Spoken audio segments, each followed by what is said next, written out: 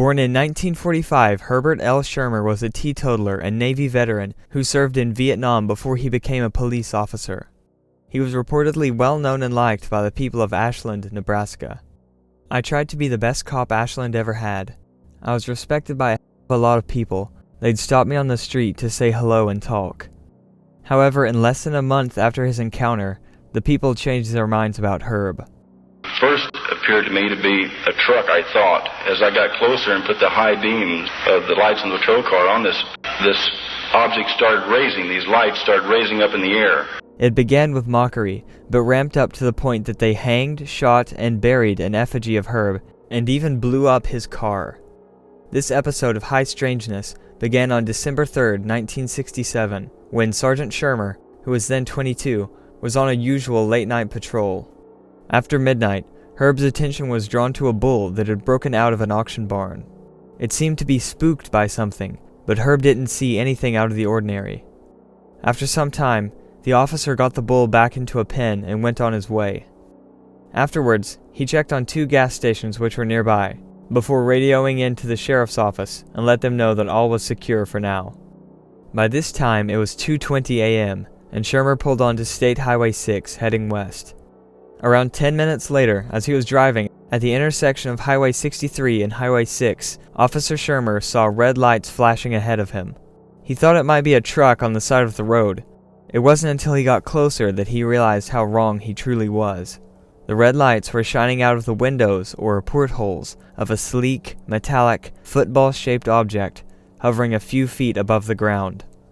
Schirmer realized this object must be one of the infamous UFOs he'd heard of before, but never thought they really existed. The craft was hovering with a slight tilt. It began to ascend with a loud siren-like sound, expelling a reddish-orange glow of energy from the underside of the object. The craft passed nearly over Schirmer's head, before shooting straight up and disappearing into the sky. After a moment, with his flashlight in hand, Schirmer inspected the area where the UFO was. He then quickly drove away and returned to the station and wrote in his logbook, "Saw a flying saucer at the junction of Highways 6 and 63, believe it or not." Schirmer then noticed that it was now 3 o'clock, but this was impossible. He thought only 10 minutes had passed since his sighting. This period of missing time was inexplicable. It was later found that there was a 25-minute gap in his radio log as well. He would later learn that 4 other UFOs were reported to police that night. He relayed his experience to another officer who came in for the morning shift, and made his experience known to the chief of police. Herb was not feeling well since he saw the object. He went home and felt like everything was drained out of him. He laid down and felt a buzzing feeling in his head and pressure on his body. He couldn't feel his arms or even move his mouth to call for help. After eventually drifting off to sleep, he was awoken by a phone call from the chief of police asking about the encounter. In the aftermath of his encounter, Herb told his close friends, family, and neighbors about his experience. Little did he know it would be his undoing. Soon enough, word got out about Herb's sighting of the saucer. He was laughed at and felt gaslit.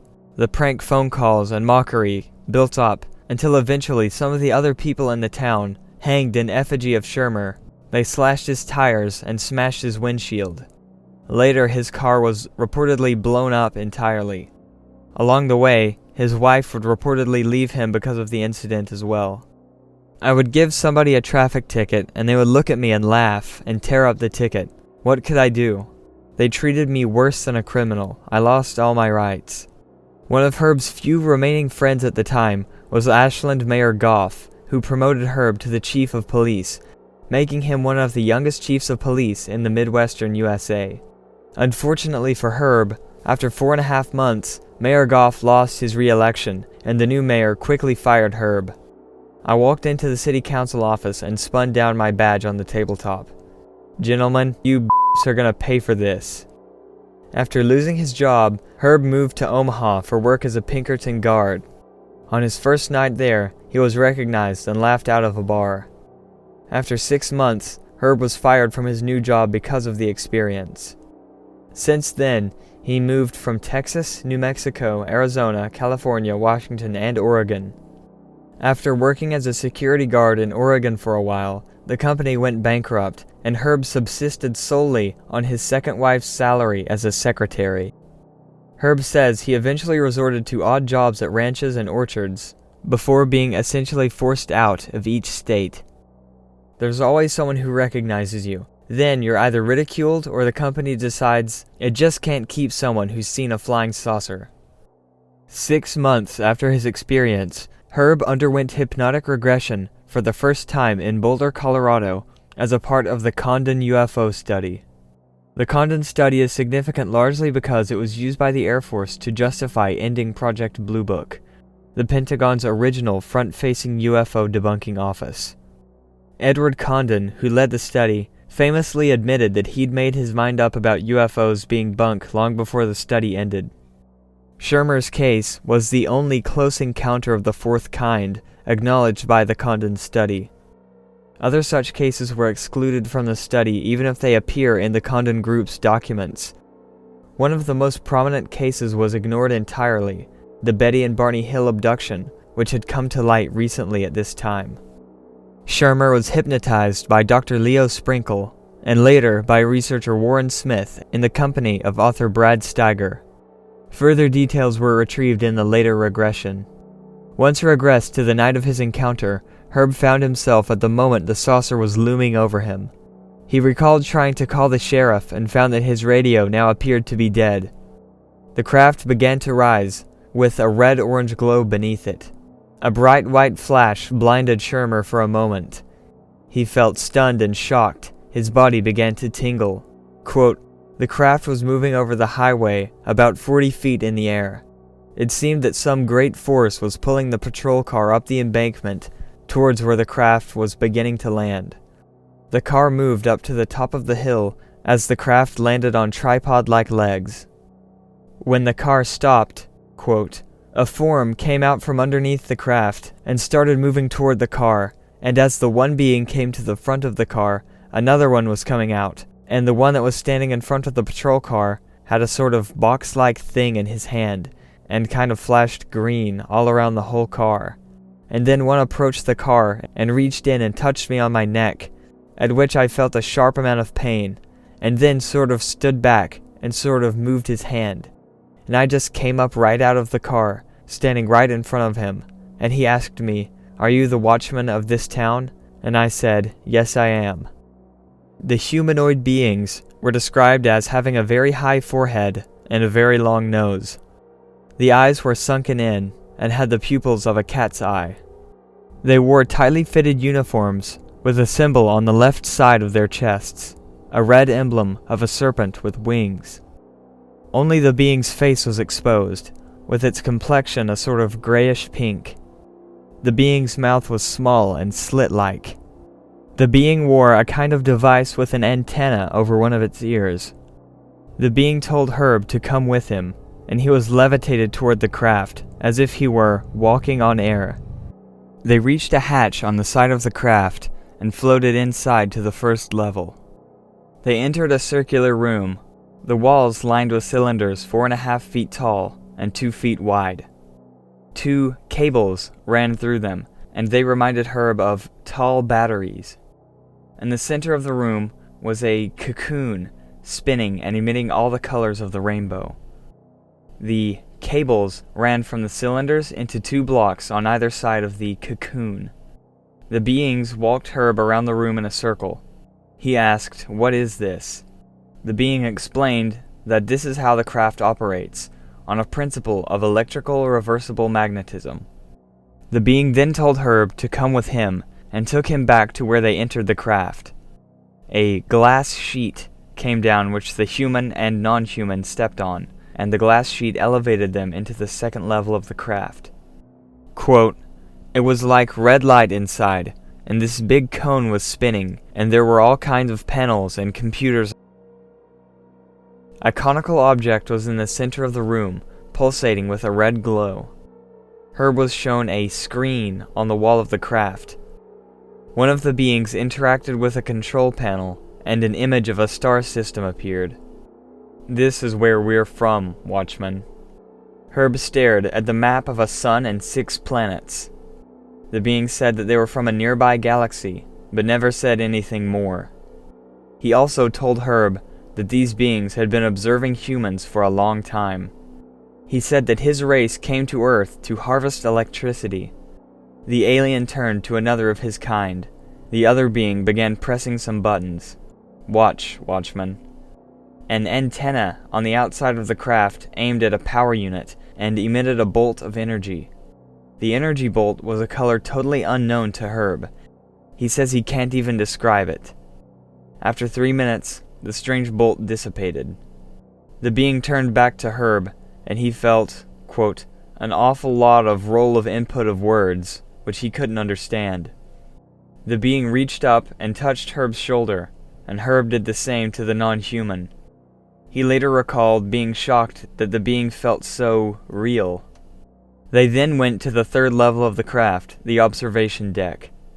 Herb saw some sort of window with control panels in front of it, with what looked like better dentist chairs facing the window.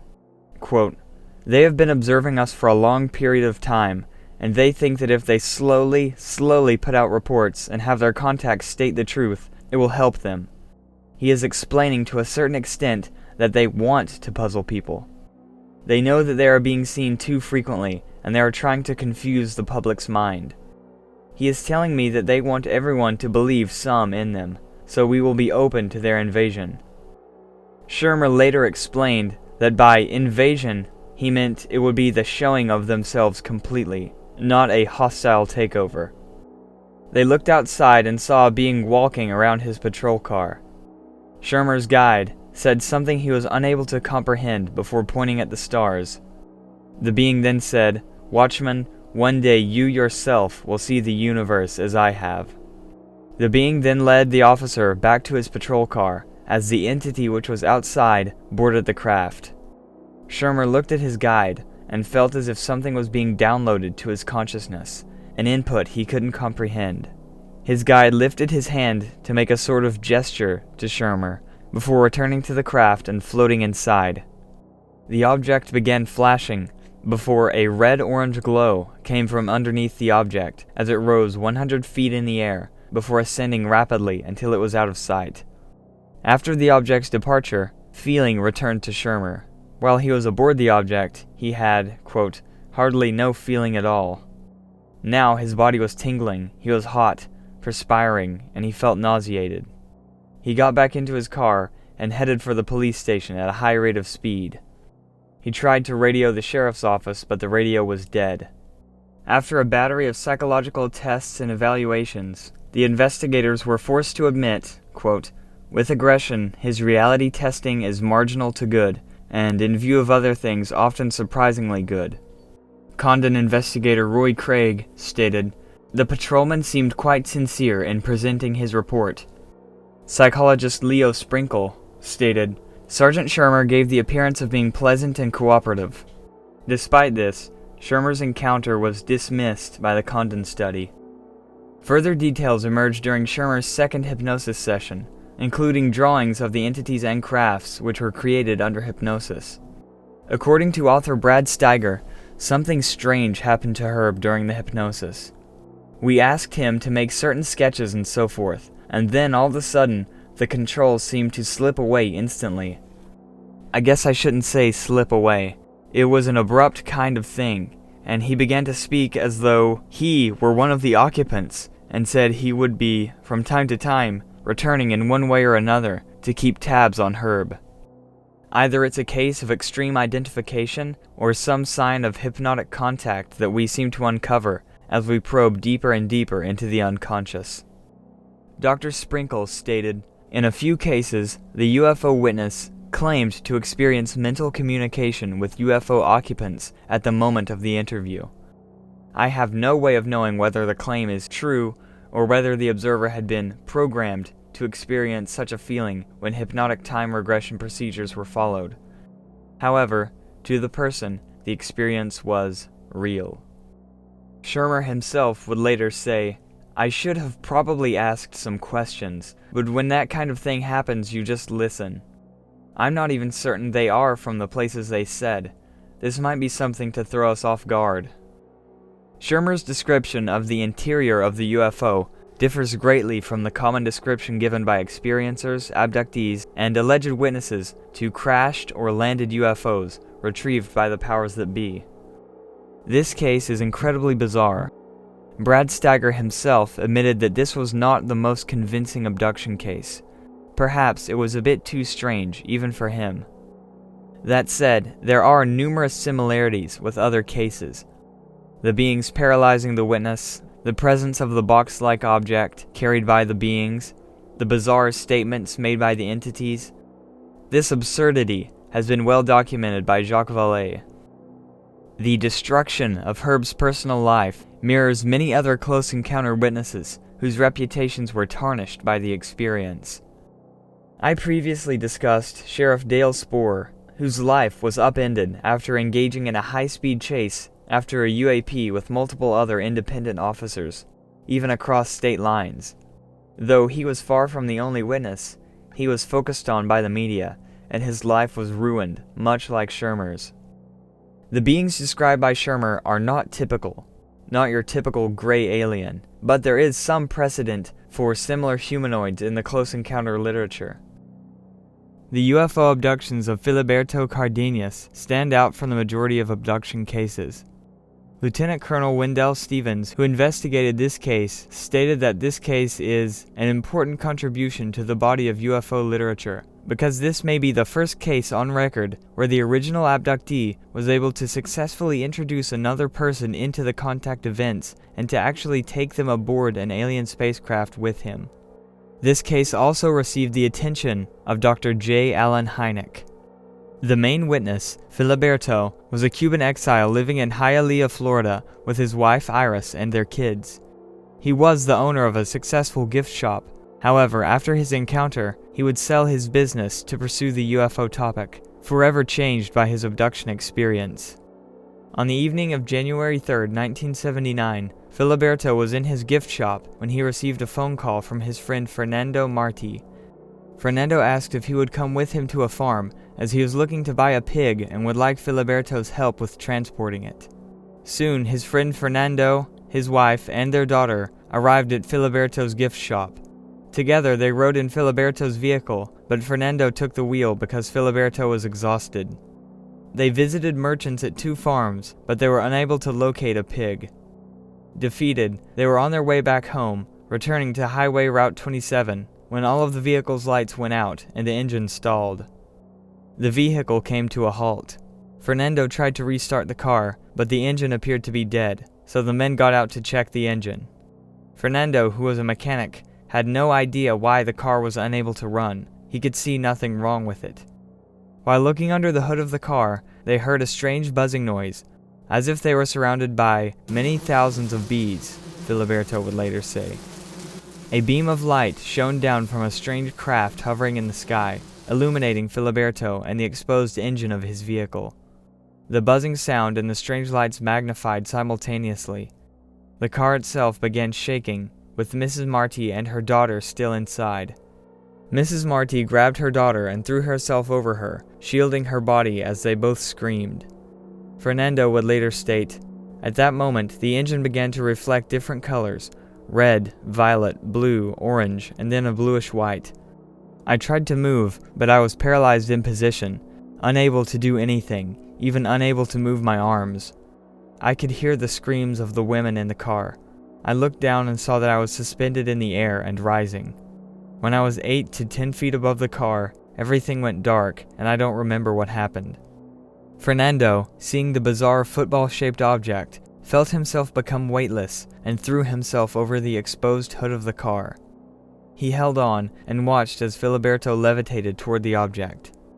The light disappeared along with Filiberto, and Fernando felt himself go back to normal. He looked up to see a bulky object that ascended and then moved away.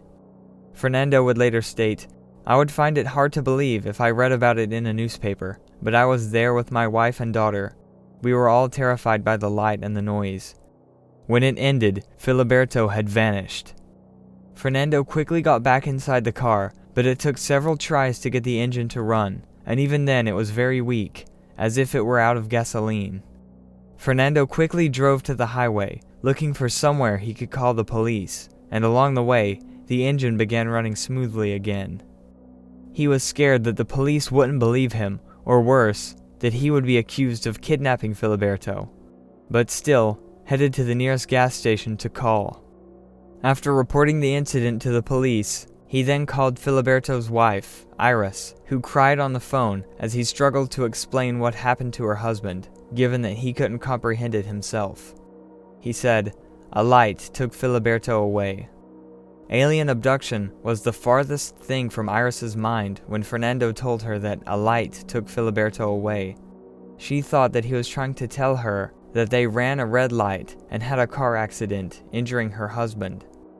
As Fernando reached the city, he saw a patrol car and stopped to tell the police sergeant about the abduction. The police then contacted Homestead Air Force Base, who sent an aircraft to investigate the abduction site. Iris began driving, looking for the scene of the supposed accident she thought Filiberto was in. After 2 hours and over 15 miles away, Filiberto began to regain consciousness. In a debilitated state, he couldn't believe what just happened to him. The next thing I remember is waking up to consciousness on my hands and knees and 2 bright lights rushing at me. I heard brakes screeching and tires skid, and the lights swerved and came to a stop. I was helped from the road by a man taking my collar and leading me off the road. I learned later that this was near 137th Avenue, some 16 miles from where my car stalled. Filiberto seemed to be only half conscious and extremely exhausted. He was sweating profusely as the stranger led him away from the road. This good Samaritan found a telephone and reported the incident to the police. Patrolman William Christian arrived at the scene and picked Filiberto up. At the time, Filiberto did not dare tell the policeman what he knew for fear of being considered crazy, so he told him he had no idea what happened. He doubted his own memories of what transpired, as UAPs and non-human beings were completely outside of his view of reality. The actual police report states that Fernando and Filiberto's stories corroborate one another, and that the reporter and the witness believe the witness was picked up in a spacecraft. Close Encounter of the Third Kind was written on the police report. Filiberto would later state, "Before this happened, I scoffed at UFOs. Now I know differently." After hearing Filiberto's story, the police wanted him tested for radiation exposure, along with a medical examination. He was taken from the police station to a clinic, where he met with his family. One of the nurses involved in Filiberto's care, who wished to remain anonymous, later stated, "At first I didn't believe it, but later, after carefully observing the patient and hearing the events that had transpired, I am changing my opinion and believe that they are telling the truth. They had some type of experience. What impressed me the most was the daughter. Though she didn't say anything, her face reflected her fear." One of the nurses, speaking to Iris, told her that she came from Puerto Rico, where she heard a report of 2 little girls being abducted. Iris was deeply unnerved by this, seeing as she had children of her own. After seeing the police documents and hearing of Filiberto's abduction from the witnesses, one of the nurses immediately called the doctor. Dr. Fernando Grosso assumed that Filiberto must be a drunk or a drug addict, but as he heard out the witnesses, he began to suspect they were telling the truth. He noted the unmistakable fear on their faces. I looked at them and asked, "Are you telling me the truth, or is this all a big lie?" But each one had the same story, so I came to the conclusion that it was not a lie. From the beginning, Filiberto had been telling me that he felt bad. Then I took his blood pressure and it was normal. I noticed 3 superficial abrasions and burns, one in the middle of his forehead, and the others on the sides. He was weak, and he said his legs felt very much unstable. I noted that he was a little nervous and excited. The Marti family seemed to have calmed down now. Mirta Marti told me about something like a light, very bright, that enveloped them as she screamed to Fernando and Filiberto. His medical records showed that he complained of pains in both knees and out-of-focus vision in the last hour. 108 small pricks were found all over his body. An abrasion was found on his forehead, and a yellow lesion on his right shoulder. For days following the incident, Filiberto dealt with various odd symptoms. His shoulders, face, and chest burned. He had pain in his eyes, and they were incredibly sensitive to light, so much so that he couldn't go outside in daylight. Even after a week in seclusion, his eyes were still afflicted. He was excessively thirsty and profusely sweating. His body odor smelled like sulfur. He experienced temporary memory problems, hot and cold flashes. His urine was reportedly a very dark yellow-brown and had a very bad odor. In the doctor's opinion, quote, "I do not think it is a fraud." They were sent here by the police, suggesting that they be tested for radioactivity. Since I could not do the test, I sent them to Jackson Memorial Hospital. The witnesses drove to Jackson Memorial, which also lacked the equipment to test Filiberto's radiation exposure. Homestead Air Force Base was contacted, and they sent an expert to test Filiberto. While waiting for the Air Force expert to arrive, the witnesses were sitting in a waiting room when they were informed that the hospital was getting calls seeking information about the abduction. Even some radio stations were calling. Filiberto refused to speak to any of them. Eventually, the Air Force personnel arrived and conducted Filiberto's radiation exposure test.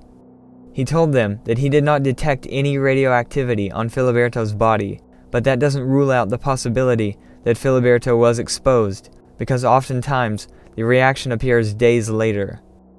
The hospital wanted Filiberto to stay several days so he could be monitored, but he refused. He just wanted to go home. The hospital asked Filiberto to inform them immediately if he felt anything abnormal. When Filiberto arrived home, he was swarmed by reporters. The surprise I received upon arriving home was greater than the surprise of what had happened to me. The lights of the television crews hurt my eyes. I was trapped in my house. The day after the encounter, Dr. Virgilio Sanchez, an attorney and UFO investigator, began looking into Filiberto's case. Lieutenant Colonel Wendell Stevens and Dr. Sanchez would later publish a book on the case, UFO Abduction from Undersea. From 1979 until 1982, we studied an abduction case which required a staggering amount of work to complete. After careful review, we were convinced that a UFO contact and abduction had taken place. The case was investigated by a special team of professionals, including engineers, doctors, a psychologist, a neurologist, and a professional hypnotist. It also received the special attention of the late Dr. J. Allen Hynek, who maintained contact and advised us at difficult moments when we needed his cooperation. The witness was found to be perfectly normal in every respect, except for the body marks, skin abrasions, and systemic dysfunctions resulting directly from the UFO contact. On January 18th, a little over 2 weeks after Filiberto's abduction, Dr. Sanchez received a phone call from Filiberto telling him that he must come quick because something strange just happened. That evening, Filiberto's family was enjoying a visit from 2 of their friends. Their friends sat in the sunroom as Iris and her daughter were in a different room, and Filiberto was outside grilling. In mid-conversation, the couple happened to catch a glimpse of a strange figure darting across the room just 10 feet away. It appeared to be in mid-flight and disappeared into the hallway. When Iris and Filiberto came back, the witnesses told them not to be scared, but explained the strange apparition they just saw. They described it as a tall figure without a definitive body. It was all white and looked to possibly be wearing some sort of fabric, like a cape. They could not see its feet, but it did not appear to be walking at all. Instead, it floated. When the witness stood where they saw the apparition, they felt very cold and their hair stood on end. Everyone present, including the investigators, felt the same sensations when standing in that spot. This is another common pattern among paranormal experiences. On January 27th, Filiberto was hypnotized for the first time by Dr. Jose Yedra, who had never dealt with an abduction case before. At one point, he poked Filiberto with a needle to ensure he was fully hypnotized, and not a single muscle on Filiberto's face moved. Despite this, During questioning, the hypnotherapist was met with resistance time and time again by Filiberto, who refused to answer certain questions because they ordered him not to yet. They wanted him to wait exactly 3 months because they were going to abduct 7 more people, and others would have experiences exactly 3 months later. Dr. Sanchez writes that he documented an abduction case in Brazil exactly 3 months after Filiberto's experience. Once regressed, he found himself after he was taken by the light. Filiberto was unable to move, paralyzed in a strange seat by an unknown force which seemed to suction him to the spot. He began scanning his surroundings, and it appeared that he was in a small room with 3 odd human-like figures at his side. They were of small stature, a little smaller than Filiberto, and they were dressed in very tight-fitted bluish-white one-piece suits, which left only an aperture for their faces. Their faces were very similar to humans, but their eyes were elongated, their noses smaller and flatter than ours, and they had long, nearly lipless mouths. They seemed to wear a sort of apparatus on their right ear with an antenna. 2 looked very similar to humans.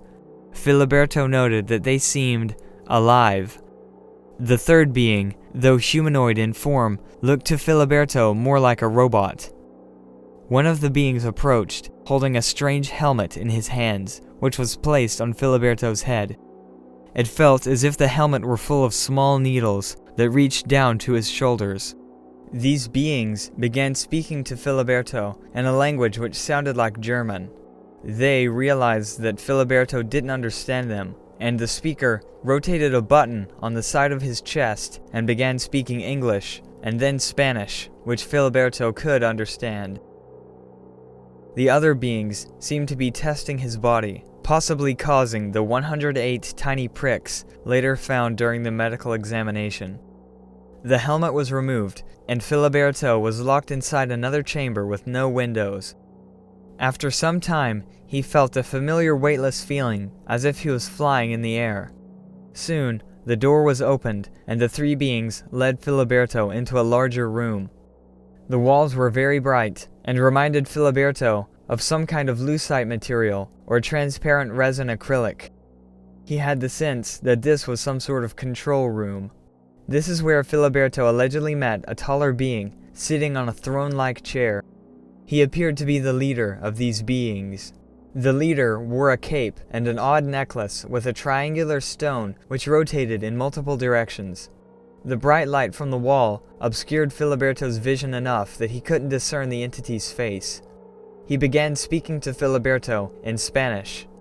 Filiberto felt telepathic input directly to his mind. He received feelings, thoughts, and knowledge. The being told Filiberto of the superior energy of the reproductive organs, which is a concept found in many religious, spiritual, and occult circles. He also told Filiberto of the need for a new religion where man sees God inside himself. He told Filiberto that his race was thousands of years more advanced than the human race. The leader appeared to use equipment on his chair to project moving images like holograms, which Filiberto compared to looking out a window. He showed Filiberto scenes of the past, present, and future. He was given several predictions during this time, which I will discuss later. Following this, Filiberto was taken to another chamber, and the beings placed him in a chair that suctioned him down and immobilized him. He soon realized that this room was a smaller craft that departed what he assumed to be a mothership. He could see outside of the craft through a porthole and watched as a beach came into view. The water was deep blue, the beach itself was narrow, and reddish-purple rocks rose steeply from the sand. The craft hovered at the base of a high mountain. Filiberto could see numerous large rocks, vegetation, and what he called a small horse, which he later recognized as a llama. One of the beings got out of the craft and aimed a tool which Filiberto compared to a flashlight at a large rock, which parted to reveal an extremely large cavern devoid of water. Filiberto found it strange that he could see no stalactites or stalagmites.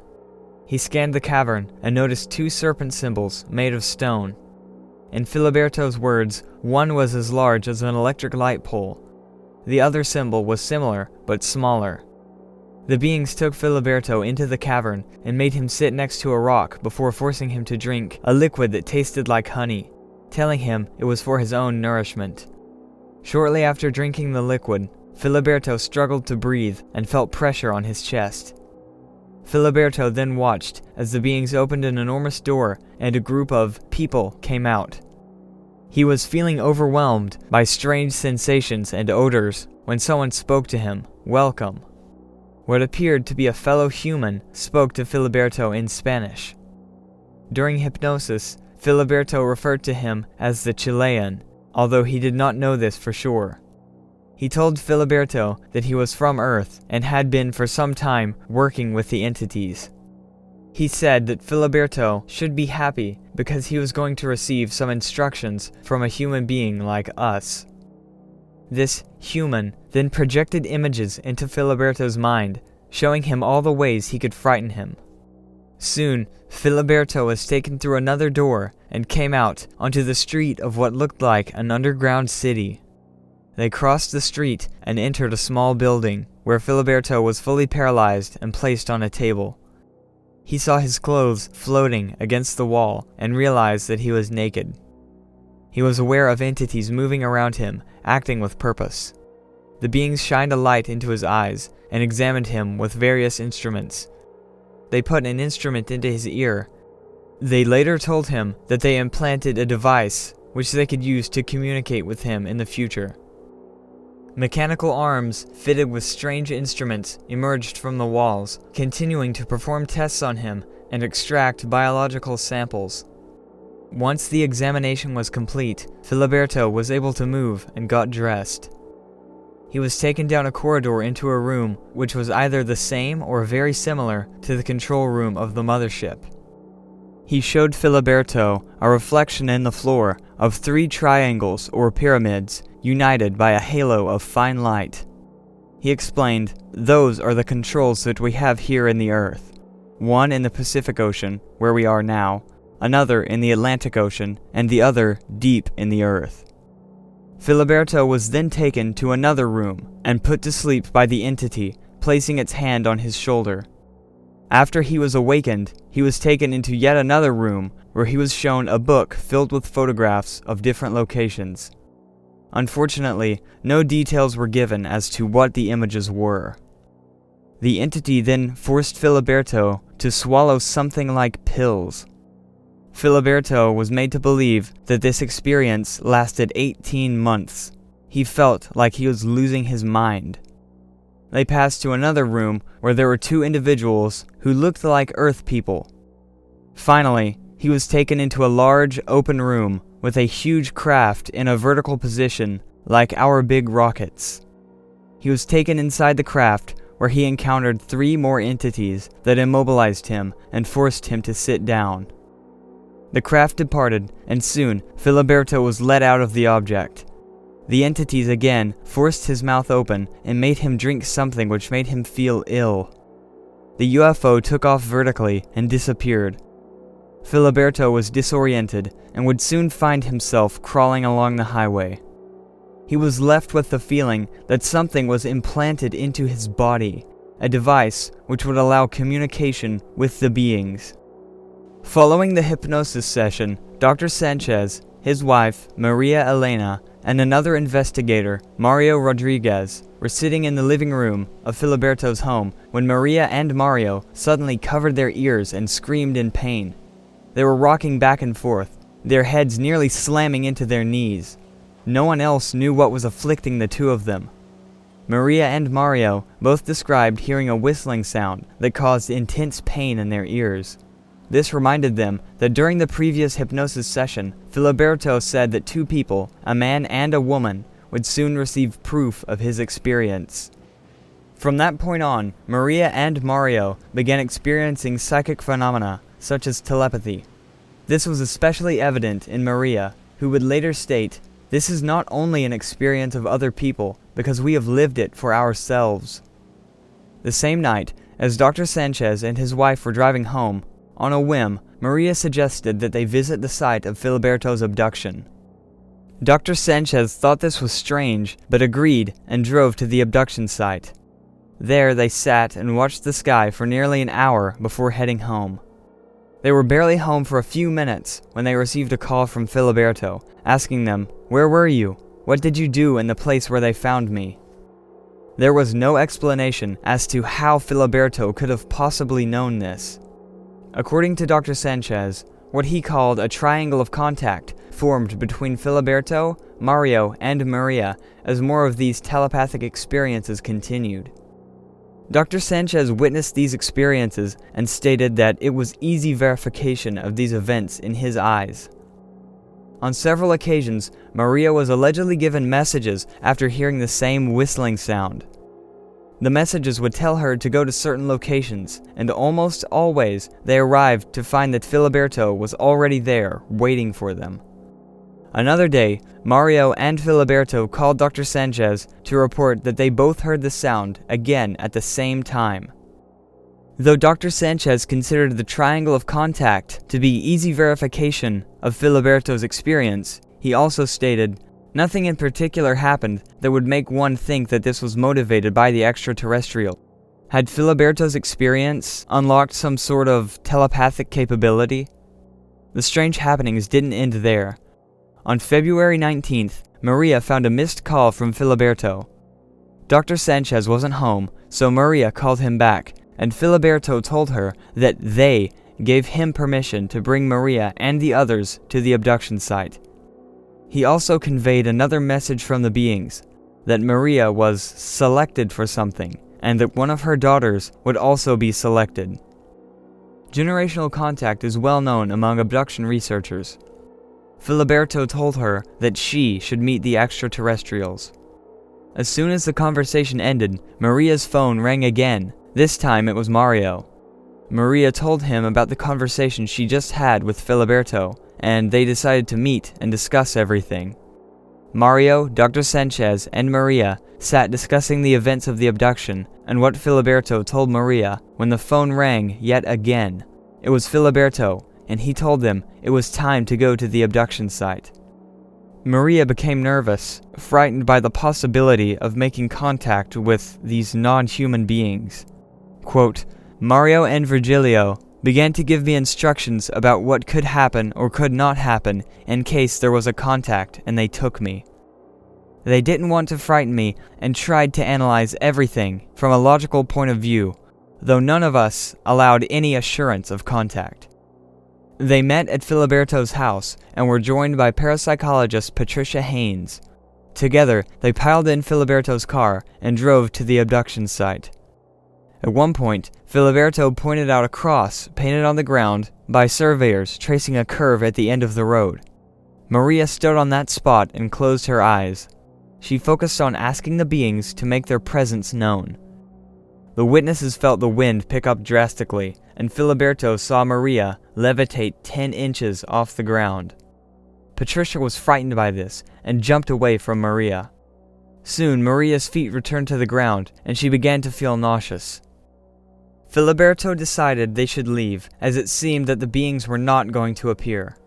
Maria protested this, saying that they should wait, that now is when the beings may show themselves, but Filiberto insisted. Maria had a strong sense that something was about to happen as they got back into Filiberto's car. As they began driving away, Maria saw 8 pairs of glowing eyes looking back at her from the brush. She was too frightened to say anything to the others at the time. However, shortly after they returned to Filiberto's house, he pulled Maria aside and asked her if she saw anything. She was still frightened and denied it at first. Filiberto asked if she was telling the truth because he too saw the eyes. Of Maria's experiences, Dr. Sanchez would state, "Since she is my wife, these experiences put me in a delicate position. I don't want any of the investigation group to think that I am involved in a farce and that my wife is also involved. For my part, I cannot think that my wife would fool me, and the same for Mario Rodriguez, who for many years has investigated the UFO phenomenon as Uruguayan representative for MUFON, an important and serious organization here in the United States. The only one who could have prepared a farce was Filiberto, whom we have known only for a few days, but it all seems to indicate, with witnesses, doctor statements, and police reports, that he has in truth suffered an experience. I lived those moments at a time when I was pressured by friends who insisted that I should not follow this case, with the objective of assuring myself that it was all a lie, that it could not be true. They obliged me continually to proceed seeking the help of international research groups to work together with us in examining the accounts.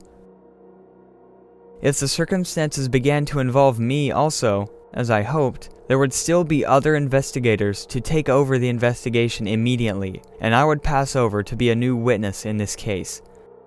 I always felt that the investigator should not in any way become involved in the circumstances of the case.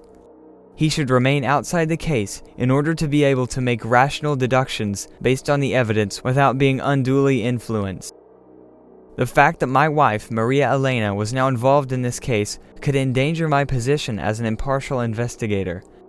But at the same time, I felt that her inclusion would give me an opportunity to live, together with her, the experience itself, taking the investigation to a level of understanding that justified our inquiry on this basis. 50 days after Filiberto's abduction, he and his wife Iris were up all night and into the morning, unable to sleep. They chose to go for a drive around 3 a.m. Filiberto felt compelled to drive back to the site of his abduction when they realized that they weren't alone. Iris was the first to notice that a top-shaped UAP appeared in the sky behind them. Iris stated, "The UFO appeared from behind us as we stood there. It made a turn at about 60 to 80 feet altitude above our heads, descended, and hovered about a foot above the ground. We could hear a sound that didn't seem like it should be coming from a ship this large. We could see that the ship had 2 levels or stories, the smaller level under the larger one." Filiberto stated, "Iris saw the ship arrive. She took out a cigarette and lit it very naturally. I told her I didn't think she should do that because they might not like it. Then she did not know what to do with the cigarette. In comparison, I would say that the ship was a little larger than a truck." Filiberto and Iris, transfixed by the object, watched it land. A hatch opened on the craft, and a ramp made contact with the ground. Iris and Filiberto walked up the ramp and passed directly through a transparent material like glass. Iris stated, "It was like a window of crystal, which upon passing through, we felt a distinct atmosphere, almost like we were out of this world. I felt myself floating. I felt like my body was weightless. My thoughts and ideas were of great intensity."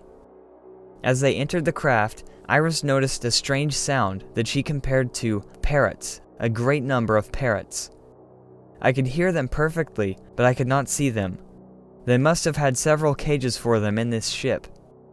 The couple then saw the same beings that abducted Filiberto the first time. They were dressed in a suit of very special brilliance. It was the color of silver and reflected the lights around them. They were not very tall. They were shorter than Filiberto and were lightweight. I saw 4 of them. One was a woman. I was aware of this because of the form of her tightly fitted suit. The suit covered her whole body, hands and feet, leaving only an aperture for the face. It came down and covered half of the forehead. The face was normal, much like ours, but the eyes were elongated and had eyelashes like ours. I could not see the eyebrows. Either they were covered by the suit, or they did not have any. The nose was smaller and a little flattened. The mouth was larger and long without having much lip, or rather the lip was quite fine. On the suit, on the right breast, they had an emblem made up of a serpent in the form of an S, or maybe more like a Z with rounded corners, with a wide X-shaped cross lying down underneath. I could not see their hands because they were covered by the suit, extending over the fingers like a glove. Shortly after entering, Filiberto was separated from Iris and taken into an upper level of the ship. Iris was kept on the lower level and conversed with one of the beings for the duration of the couple's shared experience, roughly 20 minutes. Iris described how the beings seemed to pay a great deal of attention to her painted nails. They sneezed constantly, which they later explained was caused by the presence of human beings, so I guess they were allergic. Quote, "There was only one that spoke to me. He communicated mentally because I could not hear his voice. He spoke very delicately to me. I felt good with them. They did not frighten me. It seemed like I was floating and I felt very tranquil. Instead of feeling afraid and wanting to run, I, on the contrary, felt peace and tranquility." The being spoke into Iris's mind, "Be calm, nothing is going to happen to you." At one point, Iris asked the beings if they were the ones who abducted the 2 little girls from Puerto Rico, the abduction she heard about from the nurse. The beings denied this, which put any remaining apprehension at ease. Quote, "At one point, I asked the one who talked to me if he would let me touch him. I was like St. Thomas, wanting to see for myself before believing, and I wanted to touch him. He said to me yes, that I could. He raised his right arm, and I could see that he had a body under the suit. The suit material seemed to have a soft, scaly texture. In the lower level of the ship, where I stayed the whole time, there was a small cabin full of televisions in rows. Note that Iris would later describe these televisions as being more three-dimensional than a normal television. One alongside another, many in double banks. There was a narrow seat with a high back, as if it were for the captain of the ship. It was very prominently placed. This seat rotated. There was another seat in which nobody was sitting, and they seated me there. On that floor around me were small lights. When I sat down, I observed the lights around my seat, which began to brighten in different colors. The white light, to which we had become accustomed, went out, and I couldn't see it anymore. The lights were clear and brightly transparent, such as nothing that we have here. The floor was made of a very strange material. It was not plastic, but was a smooth, flat material, completely unknown to us. The walls were completely covered with machines and television pictures like windows. The entities walked very rapidly there inside the ship. You would see them here, and then almost immediately they would go over there. In the conversation that I carried on, he talked of love, universal love. He told me much about universal love. He said that they came on a mission to Earth and that they selected people for contact at random. This person was subjected to a series of tests. If that person felt love toward them, then they often continued the contact. But if on the contrary, they did not feel any love, they did not contact them again. The beings stressed to Iris the importance of the power of the mind, which has largely gone uncultivated on Earth. As I said, Filiberto was separated from his wife and taken to the upper level of the ship, where he conversed with other beings. Quote, "I cannot repeat all that they told me aboard the ship, but they reaffirmed that they came to planet Earth to aid us in all they could, and very especially in all that related to health. They ratified their universal love concept. They do not come to endanger nor conquer us, nor do they want to be recognized as saints or saviors. This has happened before. They say that they are beings of other dimensions, of other worlds, but that they are not gods, and that they do not want to be considered such. They do not want to be attacked. Filiberto was told that there exist other planets much more advanced than the Earth, and that in 1993, the Earth will make contact with other planets. Eventually, Iris and Filiberto were let out of the object. Once they made it back home, they were completely exhausted. Filiberto called Dr. Sanchez and briefly explained what happened and said he would call back at 10 a.m. Allegedly, the beings told him not to fully divulge his experience until then. A few hours later, Dr. Sanchez was contacted by Manuel Rodriguez, an investigator for the Miami UFO Center, who said he was receiving calls from witnesses to a UFO at the Miami International Airport the same morning. The witnesses claimed to observe a mothership and multiple smaller objects, all of which were disc-shaped. According to Wendell Stevens, the witnesses said that multiple passengers boarding flights witnessed the objects, as did other airport employees. Dr. Sanchez got into contact with multiple airport employees who claimed to have witnessed the object. One of the witnesses, Julie Rodriguez, described the object as a large round thing like a plate, very well illuminated. Ricardo Sanchez described the disc as round and had like 3 lights, one very white, one yellow, and the other one also white, but more opaque than the first one. Or you could say that it had one white light that shone brighter than the other, and also a yellow one. At the sides of the ship, one could see the other 2 ships, a bit smaller. They had only 1 light each. It looked like one object with 2 more alongside it. The bright white light in the center was fixed, but the yellow and the more opaque one pulsated. Our supervisor, Harold, was also with us, and he too was there looking. There were 5 or 6 of us there. Based on the witness testimony, the researchers realized that the airport witnesses saw UFOs in the same place where Iris and Filiberto's abduction took place only hours earlier.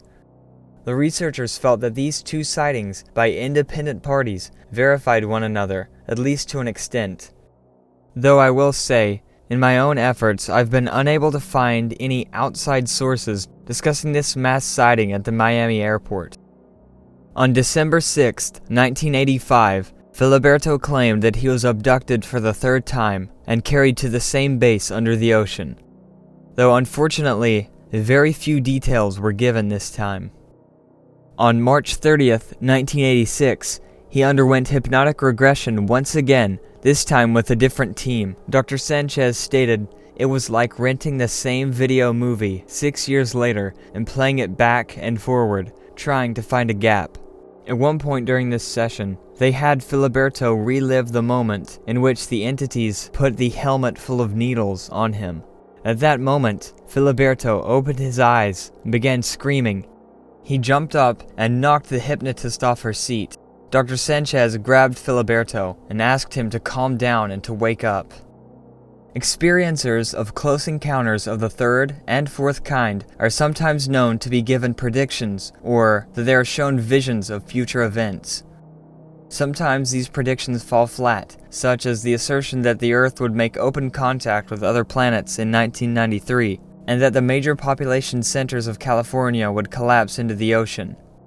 However, some of the other predictions seem to have been very accurate. Filiberto was shown a city that he thought was going to be destroyed, the capital of Mexico, and although the city was not destroyed, around the end of 1985, there was a disastrous earthquake that destroyed part of Mexico City. The event caused the deaths of at least 5,000 people and between $3 and $5 billion in damage. The city suffered major damage, and so did the greater Mexico City area due to the large magnitude of the earthquake and the ancient lake bed below the city. Filiberto predicted that the husband of an actress could become president of the United States. Again, this is before Ronald Reagan's presidency. Both Ronald and Nancy Reagan were former film stars. In another prediction, Filiberto stated, "The government of Egypt in a short time will lose its leader. It will lose its government and there will be great disasters throughout its territories. It could put this whole planet in peril of being disintegrated by a war of great consequences. This could occur before the end of 1981. On October 6, 1981, the president of Egypt was assassinated during a military parade. Quote, "They want to avoid all this, and this year there is a great conspiracy against the government of Israel. At the same time, there is a great conspiracy between the people that control energy in Kuwait and also in Arabia, where they have petroleum energy. All those governments will disappear." Kuwait was lost during a military struggle to Iraq in August of 1990. Really, it's up to you whether or not you believe that Filiberto's predictions came true, or was he just lucky? There are many elements of these reports, as bizarre as they are, that show up in many other reports. The behavior of the UAP during the first abduction, the electromagnetic effect on the witnesses' vehicles, the temporary paralysis, and the intense heat reported by the witnesses echoes many other reports, some famous cases such as the Cash Landrum incident. The U.S. government's research into UAP, as well as Dr. Gary Nolan and CIA Dr. Kit Green, have cataloged many anomalous health incidents wherein it appears that individuals have suffered radiation burns from close proximity to UAP. The buzzing noise reported by Schirmer and Filiberto is also commonly reported during UFO and psychic phenomena, such as the awakening of the Kundalini and religious visitations such as the miracle of Fatima. Exactly what sort of relationship exists between these sorts of events remains unclear. The small beings, often described as childlike, which answer to a taller authority figure, is also common, and so is the telepathic contact with the entities. We also know that UAP are known to have a connection with water. One of the ATIP program's 6 observables of true anomalous UFOs is transmedium movement, meaning that the craft is able to operate seamlessly in air, water, and space. Filiberto described witnessing the objects seamlessly operating in the sky before traveling underwater. Filiberto even seems to describe a sort of bubble around the object, which prevented the craft from directly interacting with the water. It's largely speculated that many UAP operate using a sort of anti-gravity bubble around the object. As for Filiberto's claims of an underwater, non-human base of operations, this is also claimed by other experiencers, such as Betty Andresen, whose experience was not published at the time Filiberto came forward. According to Jacques Vallée, even the Brazilian Air Force and Navy intelligence at one time believed that actual underwater UFO bases might exist between the mouth of the Amazon and the São Luís area. It's also a pattern among these types of close encounters for the entities to force the witness to eat or drink something. This element is found in many modern encounters with strange beings, aliens, and men in black, as well as medieval fairy lore.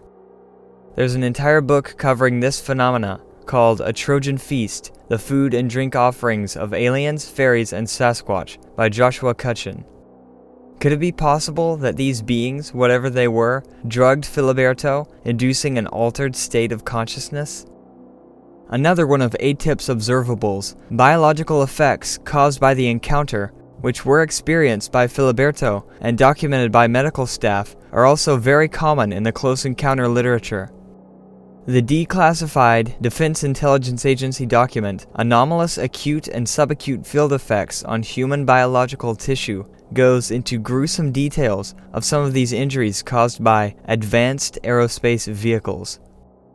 Many of the injuries caused by UAP described in this document reflect what Filiberto suffered. The erythema caused by exposure to radiation, as well as the burns and extreme sensitivity to the eyes, is also discussed. The DIA document theorizes that many of these injuries suffered by close encounter witnesses are caused by exposure to ionizing and non-ionizing radiation from exposure caused by contact with the exotic fields used by these advanced aerospace systems, or flying saucers. Civilian researchers have long chronicled these types of injuries. The photophobia, or extreme sensitivity of the eyes, has been well recorded in many close encounters. It has been written about by many authors and researchers, perhaps most notably John Keel, who experienced these burns to the eyes himself after witnessing the landing of a saucer during his investigations into the Point Pleasant UFO wave of 1966 and 67. It always greatly strengthens abduction and contact reports when there are multiple witnesses. 3 others witnessed the UAP that first abducted Filiberto, and his wife was also later abducted with him. As I said, this is one of, if not the only case, wherein an abductee brings a new witness, his own wife, into a subsequent abduction experience. The beings described by Schirmer, Filiberto, and Iris are not the typical gray alien, mantis, or Nordic being, but there is some precedent for similar humanoids. During a sudden power outage in Marianaland, Sweden, on September 29, 1959, Gideon Johansson and his son were outside when they noticed a bright white light descending towards them.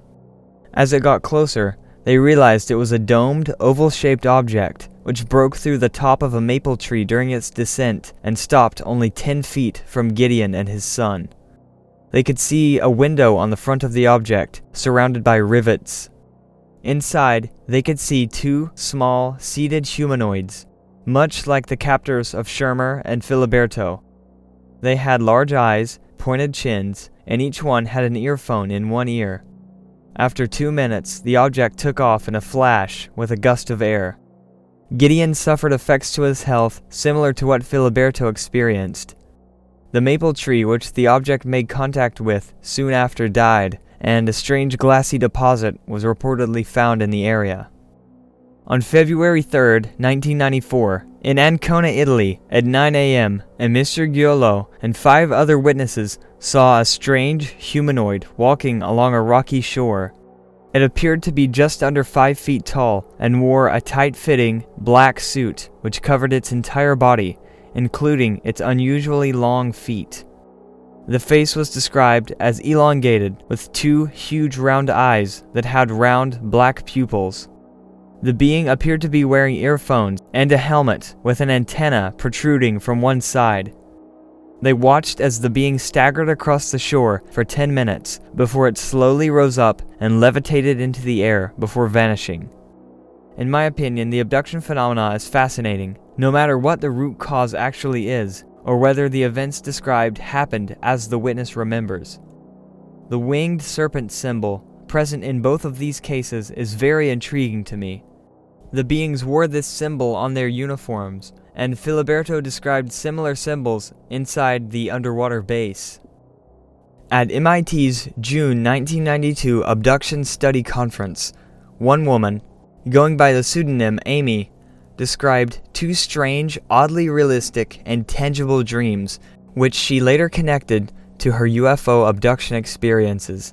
On the morning of August 23, 1988, she dreamed that she was abducted and taken aboard a UFO.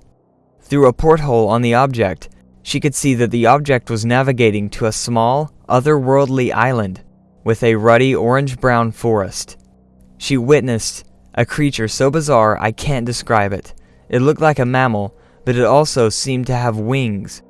The being actually appeared to be benevolent and communicated with the witness telepathically. The witness and the creature went to a clearing where she saw 3 other beings. One was a hideous, bovine, reptilian-seeming mix-up, and 2 very large snakes. She then saw what appeared to be another human being, a man who appeared to be in an altered state of consciousness, as if he were hypnotized or dazed. The winged telepathic mammal led the 2 humans back to the UFO, which took off into the sky. Soon after, Amy remembered being returned to her bed. She doubted that this bizarre experience was a dream because nothing present turned into anything else, and the storyline didn't shift when things got boring. I didn't wake up when I was most frightened. The other dream took place in another unearthly landscape, but this time there were no bizarre entities. Instead, there were other humans. Shockingly, Amy claimed that she later met the same people from this dream in her waking life, and they too recalled this bizarre experience. Amy stated that her dreams, linearity of motion, their physical integrity, and independent confirmation by people I never knew were attributes that compelled me to give them a level of reality ranking over dreams. The winged serpent is not an alien symbol, but actually very recognizable, an ancient symbol found across the earth. In the Old World, it was known to the Greeks and the Hindus, and in the New World it was known by the Aztecs and other cultures. This symbol, too, has shown up rarely in other encounters. According to Albert Rosales' humanoid journals, one night in 1965, near Provo, Utah, a 19-year-old alleged that he was taken from his home into a clear, glassy sphere with a large black object on the inside. Inside, he met a being which appeared to be the leader, a 6'7" man, as well as a copper-skinned girl with blonde hair and blue eyes. They both wore black uniforms, with serpent motifs on their pockets. According to Timothy Good's book, Unearthly Disclosure, one witness, Enrique Castillo Rincon, was a telecommunications systems engineer who worked for companies in Costa Rica, Colombia, Brazil, and Venezuela. In 1969, he claimed he was taken aboard a UFO, and, on the uniform of one of these occupants, I noticed an emblem in high relief of a winged serpent holding what looked like an egg. In the early 2000s, A London abductee was repeatedly terrorized by a variety of aliens, including mantis-type beings. One of these insectoids had an emblem on its chest, a featureless black serpent on a yellow badge. The symbol was remarkably similar to Schirmer's drawing from 1967. The serpent faced to the left, and its tail was bent 2 or 3 times, the only difference being that this serpent had no wings. Abduction researcher and author Thomas Bullard stated, "The recurrence of the winged serpent or some close approximation, long-necked bird, curved snake, lightning bolt, and insignia reported by abductees is one of the curious consistencies in these reports. The instances are not frequent, maybe 5% or fewer of the cases, but the surprising thing is that alternative forms are so scarce." Winged serpents, or dragons, have been reported and described by cultures around the world. They are notably present in medieval folklore. I discussed some of this dragon phenomena, as Fortean researcher Ted Holliday called it, in my video about Loch Ness. On the May 30th, 1888 issue of the New York Times, there was a story about an alleged sighting of a winged serpent in Darlington County, South Carolina. 3 sisters taking a walk through the woods saw, quote, "a huge serpent moving through the air above them. The serpent was distant, only 2 or 3 rods, approximately 35 to 50 feet, when they first beheld it, and was sailing through the air with a speed equal to that of a hawk or a buzzard, but without any visible means of propulsion. Its movements in its flight resembled those of a snake, and it looked like a formidable object as it wound its way along, being apparently 15 feet in length. The girls stood amazed and followed it with their eyes until it was lost to view in the distance. The flying serpent was also seen by a number of people in other parts of the county in the early afternoon of the same day, and by those it is represented as emitting a hissing noise which could be distinctly heard. This is just one of many other reports of such creatures. A wealth of these reports have come out of Southwest Africa, particularly in Namibia. One sighting, which was investigated by police officers as well as zoologists, was reported by a 16-year-old boy, the son of a farmer. The young man was supposed to be herding sheep, but didn't return home later that day. A search party was formed, and eventually he was found unconscious. He was in a state of shock, and didn't speak for 3 days. Once he recovered, he reported that while he was resting beneath a tree, he heard a roaring noise, like that of a powerful wind. He searched for the source of the noise, and when he looked up, he saw a gigantic snake, which appeared to have thrown itself toward the witness from a nearby ridge. As it got closer, the roar magnified. The sheep scattered as the creature landed near the witness and kicked up dust. The creature smelled strongly of burned brass. The witness suddenly fainted out of fear and again was later found by the search party. Police investigating this incident spoke with local farmers who also had encounters with the flying serpent. Police took this event seriously enough to throw dynamite into a crevice where the creature was believed to lurk. After the explosion, a strange, low moaning sound was heard, but no carcass of the creature was ever found. Another sighting occurred in 1978 when a French farmer was tending his cattle in the Karas region, the least densely populated region of Namibia. The farmer realized that a bright white light appeared to be flying directly towards him. He heard a loud thud, followed by one of his cattle groaning in pain. He ran towards his cow when he saw the creature. He would later tell the local police, "I saw what looked like, as the best matching description I can give you is that it looked like a dragon. It had a white, bright light on its head. The color of it was brown and yellow. It had green eyes. There was a tar-like smell coming from it, and it had smoke coming out of its nostrils." The witness met with an artist who created this illustration of the creature. In the 1980s, continuing sightings of the creature were investigated by famous cryptozoologist Roy Mackel, who interviewed many German settlers who witnessed the creature. They described the creature as hairless and serpentine, with a wingspan reaching 30 feet.